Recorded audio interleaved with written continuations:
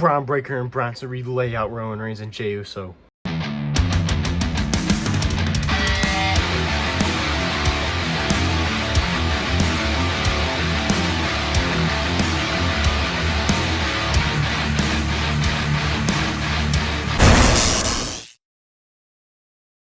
This is JW, and this is the set review of Monday Night Raw. This Monday Night Raw was the Monday Night Raw before SummerSlam, and it was one hell of a show. Starting out the show, they had a 10-bell salute again for Hulk Hogan. They already did it on SmackDown. They did it again for Monday Night Raw, having the whole roster on the stage. And then they had a very nice package video for Hulk Hogan. Rest in peace, Hulk Hogan.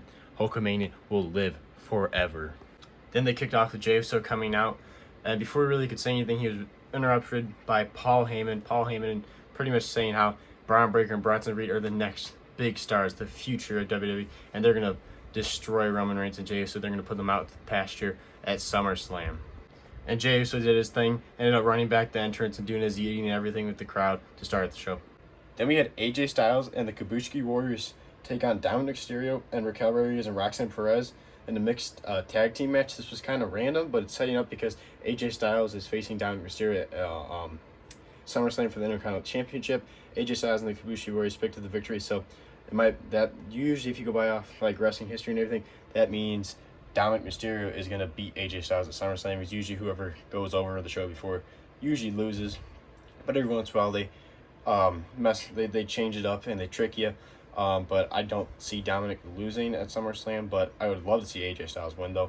But overall, this match wasn't terrible, but it was very random. In my opinion, having the Kabuki Warriors tag with AJ Styles, but they actually put on a pretty good match together as a team. Then Sheamus went one-on-one with Grayson Waller. Rusev tried getting involved in the match, but Sheamus still ended up picking up the victory against Grayson Waller. And then Rusev took Sheamus' stick thing and beat him up with it, and then put him in his headlock move, holding him in the headlock move, setting up, I'm assuming, down the road their third match, their trilogy match, because they need to have the third match because it's tied up right now 1-1, Sheamus and Rusev. They've been put on 2 bangers already. I'm not surprised if they put on a third banger, but Rusev stands tall over Sheamus. Personally, this is just me. This Becky Lynch and Lila Valkyrie storyline is so boring. But Lila Valkyrie came out and pretty much talked about how she doesn't win a SummerSlam. She can't fight for the Intercontinental Championship as long as Becky Lynch is champion, so how she needs to win. Becky Lynch's music hit. She did not come out from the entranceway. She came from behind with the kendo stick. But Lila Valkyrie was able to take out Becky Lynch, grab the kendo stick, and beat up Becky Lynch with the kendo stick. But Becky Lynch took off running like a typical heel. And Lila Valkyrie stands tall, which I already said earlier in the video that AJ Styles stood tall, so that means he's probably going to lose. Could this mean that Lila Valkyrie is going to lose? If that's the case, I feel like if Lila Valkyrie loses and Becky Lynch wins, they are burying Lila Valkyrie, who is the upcoming star. Nobody cares about Becky Lynch anymore. She's very boring, stale, same thing all the time. So I think this is a must-win match for Lila Valkyria. There's no way they put that stipulation of if she loses, she never can fight for the title as long as Becky Lynch is champ. I don't think there's any way Lila Valkyria loses at SummerSlam. So I think Lila Valkyria defeats Becky Lynch. But honestly, in my opinion, this storyline, they fought now 3 times or something. It's so boring. There's nothing really to it. It's just every week Lila Valkyria running her mouth about how she wants to beat Becky Lynch. And it's just whining. And Becky Lynch's character is so boring. Karrion Kross and Sami Zayn had a sit-down backstage, and Sami Zayn said if he loses to Karrion Kross at SummerSlam, he will admit Karrion Kross is right, and they were both holding the steel pipe. I really hope Karrion Kross wins this, because I feel like if Karrion Kross wins this match, then because Sami Zayn already beat him once, Karrion Kross already beat him once, so they're also having their trilogy. I think this is a big, this is a must-win for Karrion Kross, because if he wins this, I feel like this is a big push, because Sami Zayn isn't I wouldn't say he's a main eventer, but he's a semi-main eventer, so he's a big name and everything. So if Karrion Kross can win at SummerSlam, that'll be huge for his career. I think Karrion Kross needs this win more than Sami Zayn. So hopefully Karrion Kross wins, and then Sami Zayn will admit that Karrion Kross is right. Then we had one hell of a women's giant tag team match. It was Io Sky, Rhea Ripley, Nikki Bella, and Stephanie McGuire versus Chelsea Green, Alba Fire, Piper Niven, and Naomi, the women's world champion. This match was just huge because we got a bunch of different storylines going on right now. We got Io Sky and Rhea Ripley versus Naomi at SummerSlam for the women's world title. We got Chelsea Green and Stephanie McGuire and Nikki Bella all feuding and everything. So I'm assuming this is going to set up a tag match between Nikki Bella and Stephanie McGuire versus Chelsea Green and maybe one of her guys Alba Fire or Piper Niven. But Rhea Ripley and Io Sky and Nikki Bella and Stephanie McGuire picked up the victory.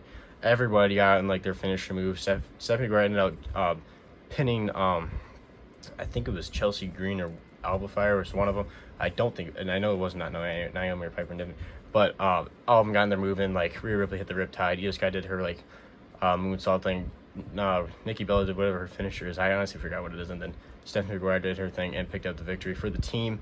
Talk about a overpowered team. Nikki Bella, Io Sky, Rhea Ripley, and Stephanie McGuire, absolutely insane stacked team against Chelsea Green, Naomi, and Alba Fire and Piper Niven. But overall, for how big of a chaos kind of a match this could be, they put it on a pretty good match.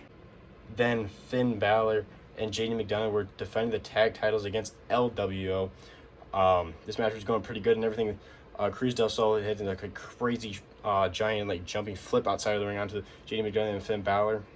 And then out of nowhere, El Grande Americano trying to get involved with this other nose, Ludwig Kaiser now.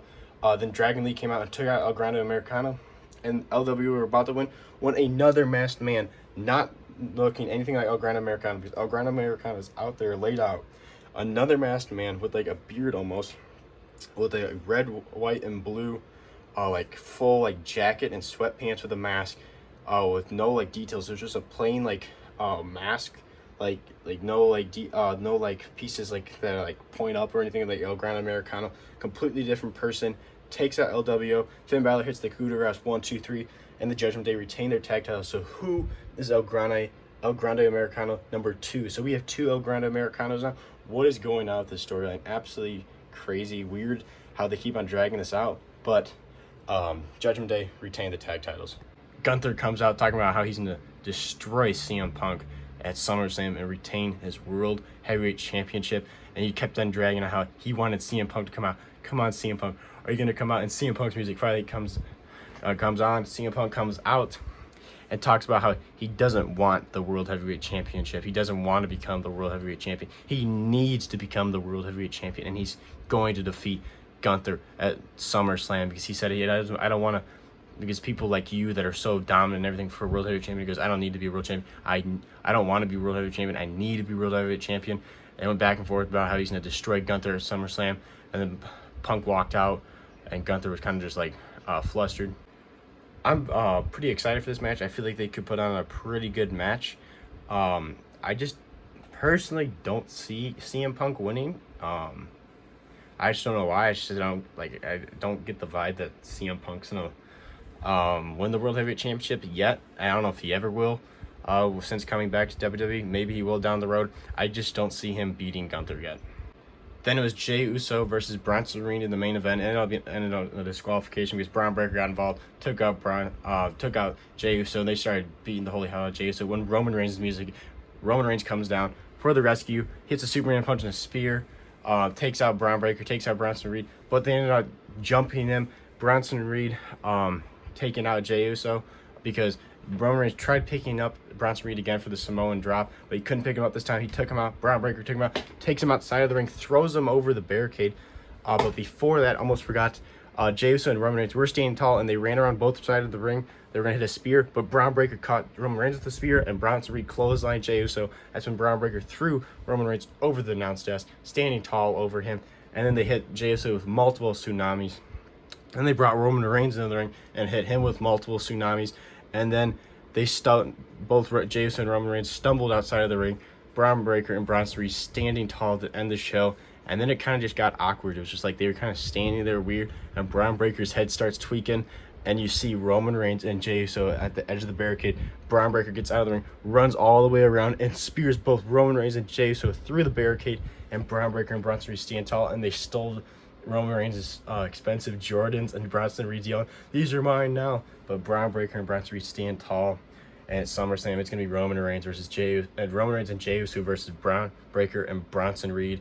Will, as Michael Cole said, Braun Breaker and Bronson Reed put Roman Reigns and Jey Uso out to the pasture and take him out and have the new generation of WWE stand tall? I don't think so. If Roman Reigns is wrestling, I think he's got to get a win. He's not won yet in 2025. He lost in the Royal Rumble, lost at WrestleMania.